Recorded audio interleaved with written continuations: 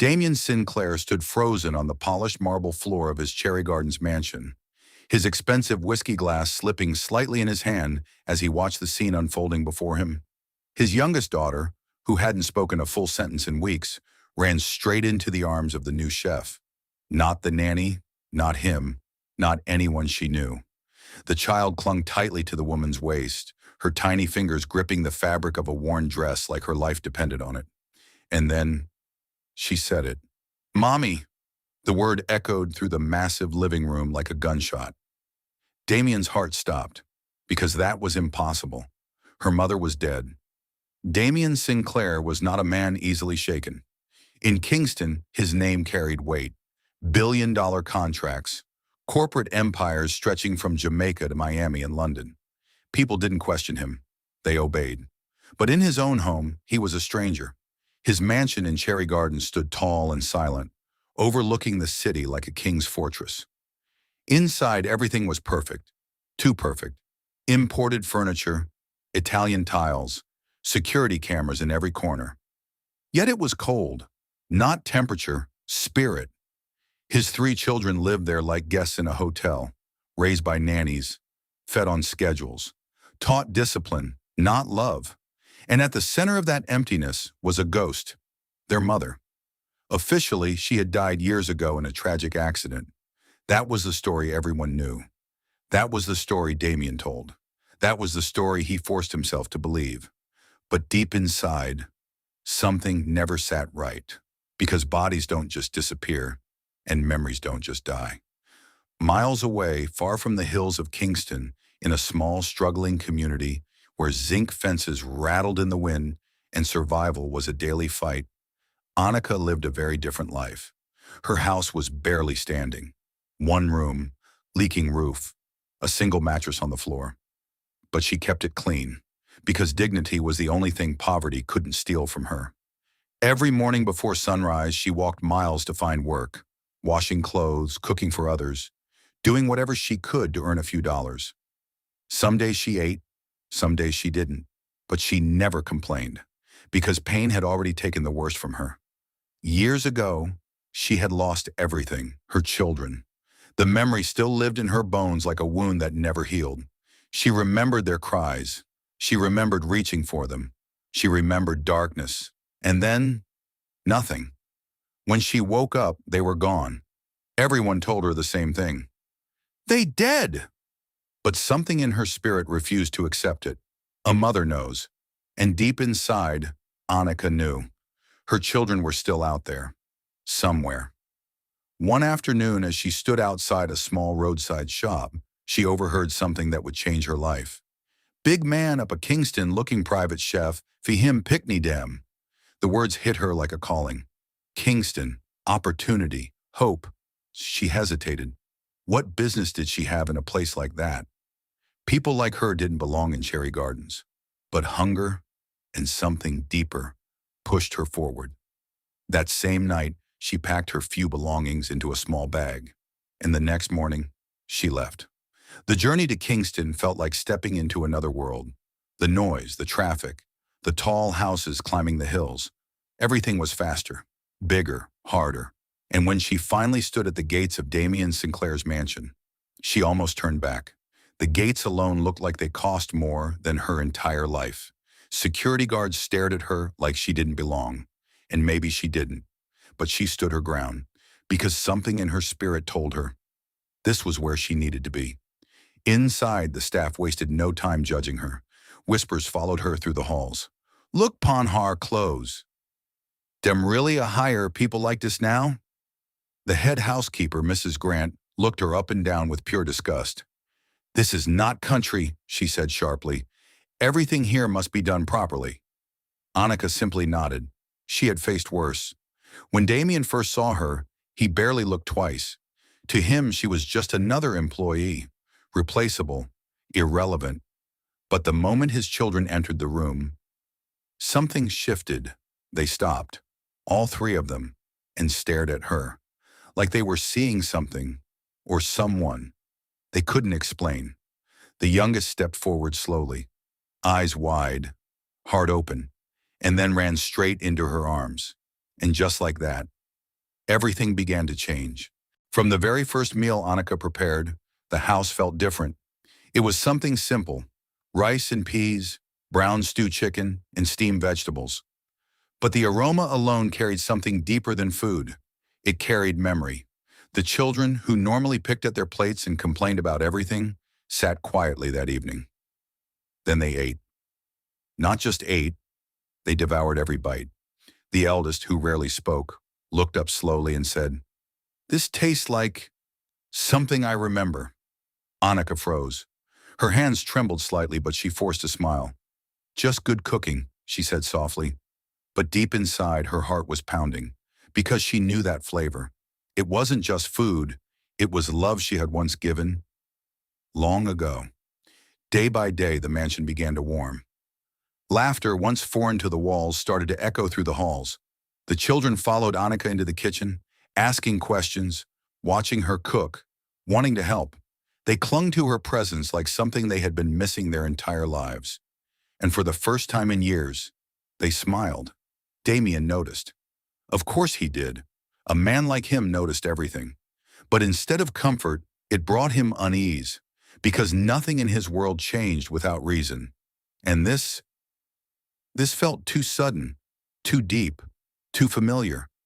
The staff, however, saw something else entirely: jealousy, resentment, threat. Mrs. Grant watched from a distance, her eyes sharp, her lips tight with disapproval. "This girl moving too fast," she muttered under her breath. "She'll get too close." And in houses like that, closeness was dangerous. The children started calling her something strange. At first it was a joke. "Miss Mama." They laughed when they said it. But over time, the laughter faded, and the name remained. Until one day, it didn't sound like a joke anymore. One evening, as the sun dipped behind the hills of Kingston, Annika found herself humming softly while cooking. It was unconscious, natural, a lullaby, a song she hadn't sung in years, a song she thought she had buried with her past. Behind her, the youngest child stopped playing. The room went still, and then the child whispered, "You used to sing that to me." The spoon slipped from Annika's hand and hit the floor. The sound echoed louder than it should have, because it carried truth. Damien heard it, every word, every note, every piece of a past he had tried to forget. That song, he knew that song. Only one person had ever sung it in that house before: his wife, the woman he buried, the woman he watched disappear from his life forever. Or so he thought. That night he didn't sleep. Instead, he sat in his study, staring at old files, old pictures, old memories. Something wasn't adding up. The way she moved, the way the children reacted, the way the past seemed to bleed into the present. It didn't make sense. And Damien Sinclair was not a man who tolerated confusion. So he started digging, quietly, carefully, dangerously. He pulled records, hospital reports, death certificates, anything connected to the night his wife supposedly died, and what he found didn't match the story he had been told. Meanwhile, Annika began to feel it: the shift, the tension, the eyes watching her, the whispers growing louder. Something was wrong, and for the first time since arriving, fear crept back into her heart. One afternoon, Mrs. Grant cornered her in the kitchen. "You think you slick?" she said coldly. "I see what you're doing. Getting close to the children, acting like you belong here." Annika said nothing, but her silence only made things worse.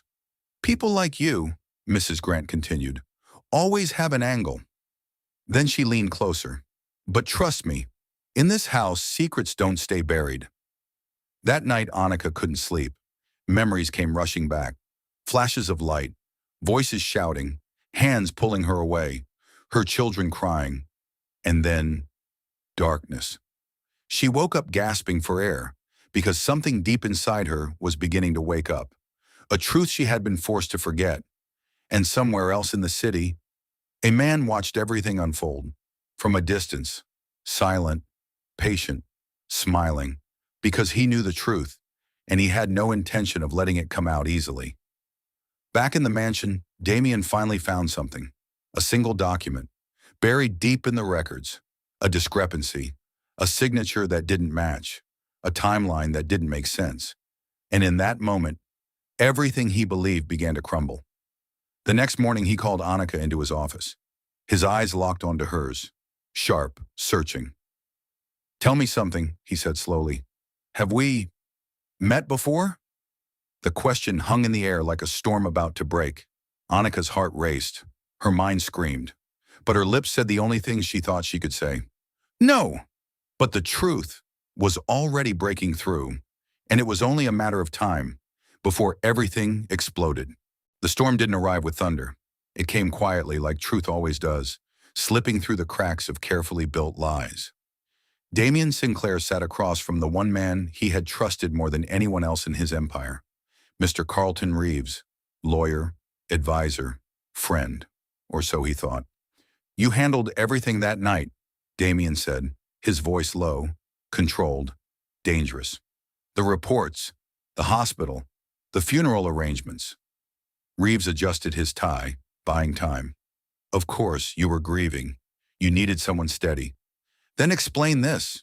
Damien slid the document across the table. A hospital intake form. Same date, same time, different outcome. "Why is there a record of my wife being transferred alive?" Silence. Not the comfortable kind. The kind that exposes everything. Reeves's eyes flickered, and that was all Damien needed. Upstairs, the children huddled together, voices low, hearts racing. They had heard enough. Enough raised voices, enough tension, enough truth leaking through doors that were never meant to open. "Something happening," the eldest whispered. The youngest clutched Annika's hand, tightly, like she already knew what was coming. Annika stood frozen in the hallway, the file trembling in her hands. She hadn't meant to find it, but once she did, she couldn't unsee it. Her name, her full name, not listed as deceased, but as transferred. "Patient stabilized, memory trauma. Recommend relocation." Her breath caught in her throat. The world tilted. Memories, real memories, came crashing back. The accident, the crash, the smell of smoke, hands pulling her away, voices she didn't recognize, and one voice she did. "Mr. Reeves," she dropped to her knees, not out of weakness, but because her body could no longer carry the weight of truth. "They didn't die," she whispered. "My babies never died." Tears poured down her face, not of grief, but of awakening. Downstairs, the truth finally broke open. Reeves leaned back, the mask gone now. "You were distracted," he said calmly. "Your company was vulnerable. Your focus was divided." Damien's fist clenched. "So you took her?" "I protected everything you built," Reeves corrected. "You think investors trust a man falling apart over his family? And my children. They needed stability, not a broken mother." Damien stood up slowly. "Say it properly." Reeves smiled. "I made sure she disappeared." The room exploded. Not physically, emotionally, violently. Years of silence shattered in seconds. The children ran in, Annika behind them. Tears, confusion, fear, and then recognition. Real recognition, not instinct, not feeling. Truth. Damien turned, and for the first time in years, he saw her. Not as a stranger, not as an employee, but as the woman he once loved, the woman he lost, the woman standing right in front of him, alive. "How?" His voice broke. Annika stepped forward slowly. "They told me I lost everything," she said, her voice shaking. "They took my memory. They took my life. They took my children." Her eyes locked onto his. "And you believed them." The words hit harder than any blow, because they were true. A DNA test wasn't even necessary, but Damien insisted, not for doubt, for proof, for closure, for truth that could never again be questioned. When the results came back, there was no room left for denial. 100% match. Mother. The children didn't wait for explanations. They ran to her, all three, clinging to her, crying, laughing, breaking, healing, all at once. The mansion that once felt like a museum of silence now overflowed with emotion, real emotion. But the story wasn't finished. Because men like Reeves don't lose quietly. That night, he made his move. Documents disappeared. Accounts shifted. Calls were made. He tried to erase everything again. But this time, he wasn't dealing with broken people. Damien fought back. Not as a CEO, as a father, as a man who had been robbed of his family, lawyers, courts, evidence. Everything came crashing down on Reeves. His empire of manipulation collapsed under the weight of truth. Justice came, slowly but surely, and when it was over, silence returned to the mansion. But this time, it was peaceful. Damien stood before Annika, not as a powerful man, but as a broken one. "I failed you," he said. "I failed all of you." Forgiveness didn't come easily, it never does. But the children stood between them, not as a barrier, as a bridge. "Please," the youngest whispered, "don't go again." And in that moment, Annika made her choice, not based on the past, but on the future. The house changed, not overnight, but day by day, meal by meal, moment by moment. Love replaced routine. Warmth replaced structure. Family replaced emptiness. Outside, the community talked. They always do. But this time, it wasn't about scandal. It was about miracle. The poor girl from nowhere was now the heart of everything. Damien changed, not for business, for life. And every evening, as they sat together at the table, the same table where everything began, they remembered not the pain, but the journey. Because some stories aren't about loss. They're about return. And sometimes, the person you thought you buried is the one sent back to save you. The storm had passed. But storms like that, they don't just leave silence behind. They leave change. The first morning after everything settled felt different. Not dramatic, not loud, just real. Sunlight poured through the large glass windows of the Cherry Gardens mansion, touching every corner that once felt cold. But now, it felt alive. Annika woke before everyone else. Old habits never leave easily. For years, survival had trained her body to rise before the sun. But this morning, she didn't wake to struggle. She woke to peace. She walked into the kitchen slowly. The same kitchen where she once stood as a stranger, where she was judged, watched, questioned. Now it belonged to her. Not because of power, but because of love. She began to cook, not as a worker, but as a mother. The smell filled the house again, but this time, it wasn't awakening something lost. It was building something new. One by one, the children came down, not guided by nannies, not forced by routine, but drawn by her. "Morning, Mommy." The words came naturally now. No confusion, no hesitation, just truth. Annika smiled, but her eyes filled with tears, not of pain, but of fulfillment. Damien stood at the top of the stairs, watching, not as a distant observer, but as a man learning how to belong again, for the first time in years. He didn't rush to work. He didn't check his phone. He didn't think about deals or power. He thought about family, and that scared him, because it was something he never truly knew how to hold. Later that day, he approached Annika, carefully, respectfully, not as a CEO, but as a man asking for a second chance. "I don't expect forgiveness overnight," he said quietly. "I just want to learn how to be better." Annika looked at him for a long moment, not with anger, but with understanding. "Then start," she said simply. And that was enough. Days turned into weeks, weeks into months. The transformation of the house became undeniable. Family dinners became a tradition, not scheduled, expected, desired. Laughter filled rooms that once echoed with silence. The children changed the most. They became softer, happier, stronger, because now they were whole. But outside those gates, the world was watching. News of the scandal had spread. The fall of Reeves, the truth about the dead wife, the return of the mother. People talked, some in disbelief, some in admiration. But Annika didn't chase attention. She never had. Instead, she chose purpose. One afternoon, she stood in front of a small group of women in her old community. Women just like she used to be, struggling, Forgotten. Overlooked. I didn't come back here to show success, she said. I came back to show hope. And just like that, a new chapter began. She started programs, training women in cooking, helping them find work, giving them dignity, because she never forgot where she came from.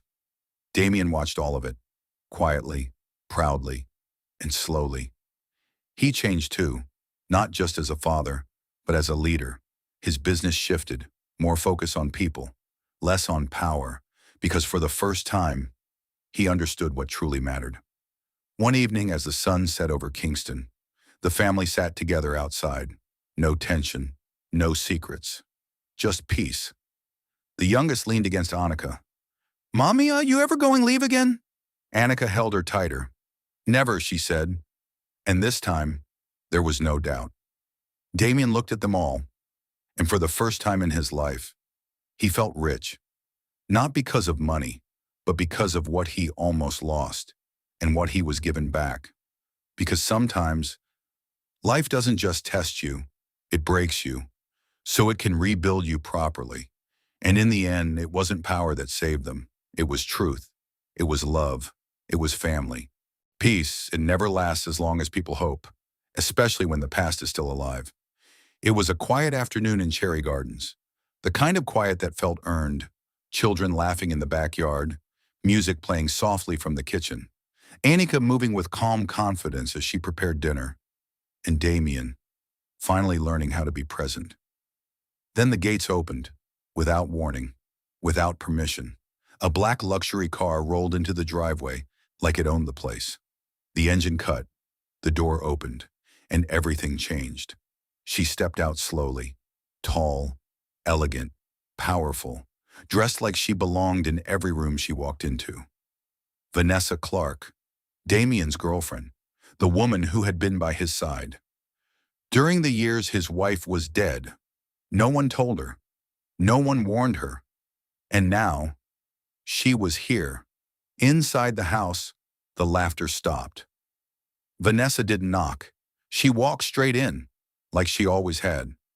"Damien," she called out, her voice sharp with confusion. "Why is nobody answering my calls?" Then she saw it. The children, happy, close, different. And then she saw her, Annika, standing in the kitchen, wearing no uniform, not as staff, but as something else, something personal. Vanessa's eyes narrowed. "What is this?" Damien stepped forward slowly, tension filling every inch of the room. "Vanessa, but there are moments in life where words come too late." "Who is she?" Vanessa demanded. Silence, the kind that tells the truth before anyone speaks. Annika stepped forward, not afraid, not hiding. "I'm the mother of his children." The world stopped. Vanessa laughed, loud, sharp, unbelieving. "That's not funny," she said, but no one laughed. The realization hit her slowly. Then all at once, "You said she was dead." Her voice broke, not from weakness, from betrayal. Chaos doesn't always come with violence. Sometimes it comes with truth. "You lied to me," Vanessa said, her voice shaking now. "I built my life around you." Damien had no answer, because there was none. "I stood by you when you were broken," she shouted. "I defended you." Her eyes turned to Annika. "And you." There it was, the shift, pain turning into anger. "You just walk in and take everything?" Annika stood firm. "I didn't take anything," she said calmly. "I came back to what was mine." That sentence lit the fire. Vanessa lost control.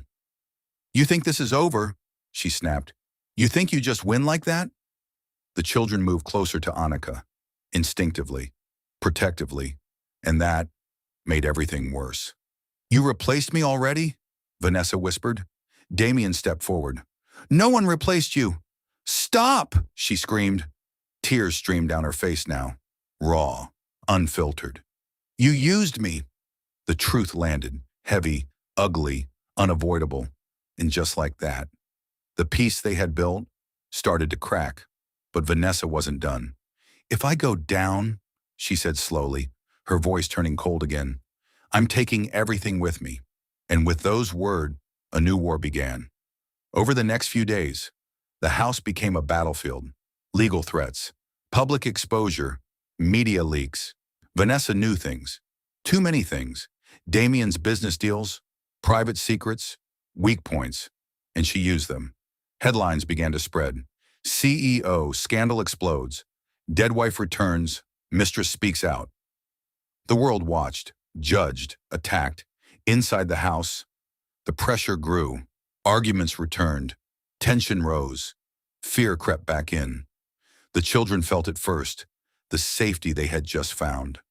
Now shaking again. "Mommy," the youngest whispered one night, "everything going break again?" Annika held her tightly, but for the first time, she didn't have an answer. Because this storm was different. It wasn't hidden. It wasn't quiet. It was public, dangerous, and far from over. And standing at the center of it all was a woman who refused to lose, Vanessa Clark. And this time, the fight wouldn't just be for truth, it would be for everything.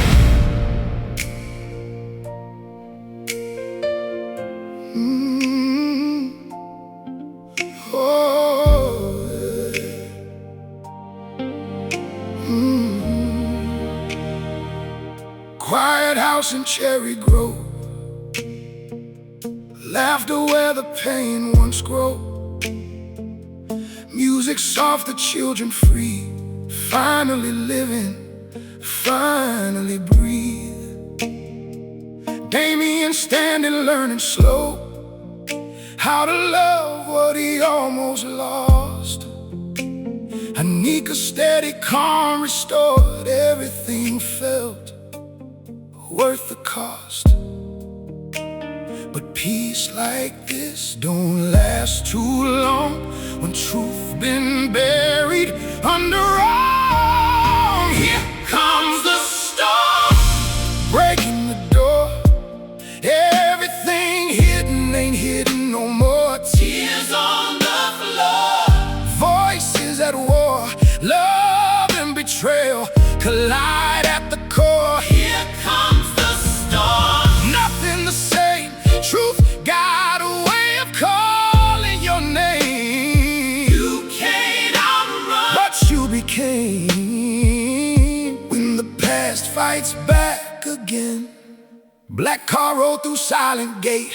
Didn't knock, didn't hesitate. High heels stepping like she owned every space that she walked into. Vanessa standing sharp and strong. Yeah, she held what she thought was hers, calling out but no reply, till she saw the truth inside. Children close, family tight, but something there wasn't right. Here comes the storm, shattering lies, truth in the room you can't disguise. Eyes meet eyes, no more pretend.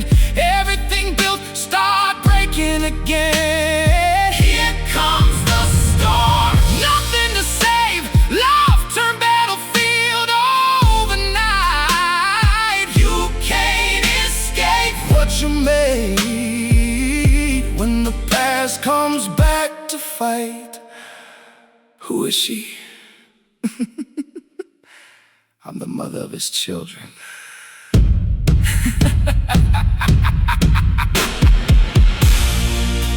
You said she was dead.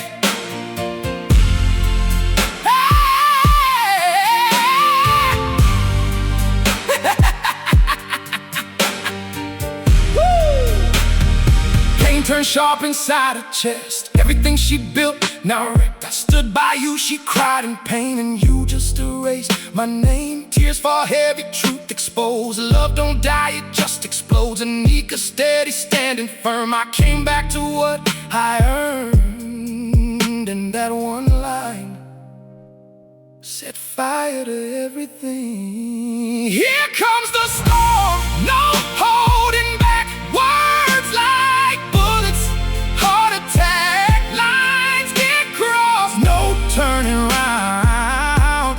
Everything lost, crashing down. Here comes the storm, burning it all. Pride and power before gets loud. There's no peace left, no safe ground. If I fall, you fall with me. Her voice dropped low, dangerously. Secrets deep now rise to light. Everything dragged into the fight. Headlines scream, the world now see what was hidden privately. House once safe, now under siege.